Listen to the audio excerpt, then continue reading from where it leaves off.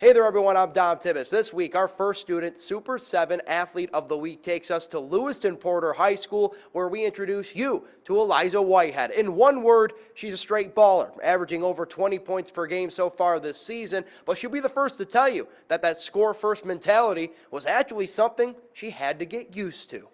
You've had a really good start to this upcoming year, and I know that's something that I talked about with Coach when we were talking about you getting this interview set up, with something that you put in the work in the off season to make that happen. Do you feel like that off season work you put in has kind of helped you achieve what you've already gotten to do so far this year?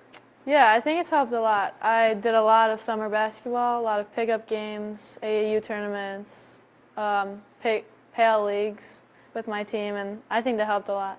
One thing, too, that we talked about was your commitment to basketball. You were, a multi-sport athlete, and you had done track in the past, but you really, at some point, maybe you can lighten me on it, too, when it was, but past couple years, you really put basketball as your focus. Why was that so important for you to make that switch and kind of give more of your time that you seem to already give to the sport, now putting even more of that into basketball? Yeah, for basketball, it kind of came natural to me, and obviously, I love my other sports, but basketball was something I really, really enjoyed.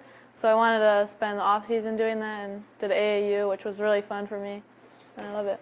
What does being a multi-sport athlete, though, still, with the amount of attention you give to basketball, it almost could, maybe someone who's watching this could feel like it's hard for you to, or them to comprehend that, like, how does she have time for playing other sports? But do you see the extra benefit in being a multi-sport athlete still?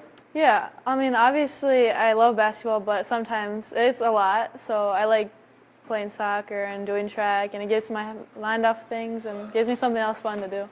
If there was one sport you could play that you don't play, so don't pick track, basketball, or soccer. Okay. What's the one sport that you're like, if I could go back in time, I would dabble, what would it be?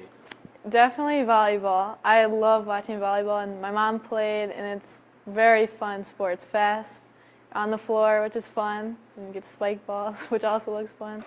No, I always say that question too, only because if I could go back, for some reason I played football when I was younger, which I've been this height since I was a freshman in high school, so that wasn't going to pan out for me, but I like that pick. Basketball-wise, I want to go back to here. This year, I mean, your ultimate goal, I know, would be to win a state championship, but for you individually, I mean, knowing you've achieved so much, are there still some individual goals that you've kind of set for yourself that serve as the benchmark to hopefully get you to the big goal, which is to win a state championship? Obviously, I would love to go to NFL championship, which hopefully will happen again, hopefully win. For myself, I would like to keep averaging 20 points a game. I don't know if that's a great goal, but that's my goal for this year. Pretty much you're dropping 20 burgers almost pretty consistently. Was this always your game? Have you always kind of been able to find ways to score and get your team some points on the scoreboard, or was this maybe something along your high school career that you've kind of been like, okay, I'm a little bit more comfortable, I understand my role on this team, I do need to kind of be an offensive producer, if that makes sense to you? Yeah, for the most part, I've been a role player for freshman through junior year, but this year I've got confident enough where I know I can be that person this year and become a scorer, I guess. You've been playing a role for so long, you've had this team first attitude, and I'm not saying that just because you drop 20 a game doesn't mean you don't have a team attitude, but how much of an adjustment was that for you to have to kind of have the confidence but also the hey, in order for my team to have some success here, I do need to find ways to consistently score points?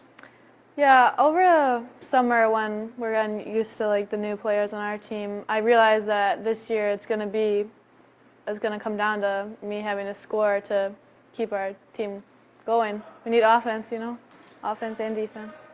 So I guess what would be, I'm going back to a similar question, what's the biggest goal for you that isn't winning a state championship this year? The biggest goal, I hope, is to get our whole team back and healthy and playing all together again. Hopefully see my good friend Emma and Casey back on the court. And, obviously, state championship, end goal, but hopefully farther than Far West Regionals.